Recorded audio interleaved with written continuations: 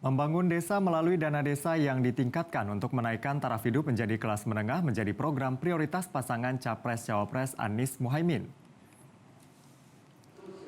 Sumatera Utara yang memiliki 33 kabupaten kota dengan jumlah desa lebih dari 6.000 desa masih berada dalam posisi 4 terakhir dalam kategori Indeks Desa Membangun. Namun caleg DPR RI Dapil Sumur 1 Sukirman memaparkan dalam 10 tahun terakhir belum ada peningkatan maupun prestasi pembangunan desa yang signifikan di Sumatera Utara untuk menjadikan desa sangat tertinggal menjadi desa mandiri.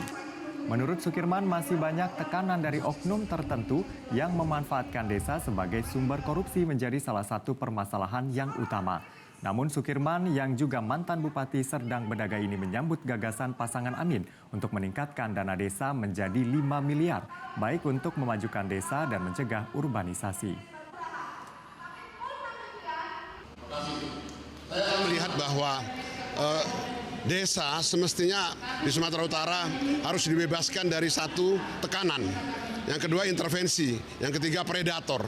Sebetulnya anggaran yang masuk desa cukup besar, tapi karena kepala desa kita bekerja dalam tekanan, kemudian banyaknya APH ya yang menjadi predator ya, sehingga tidak produktif.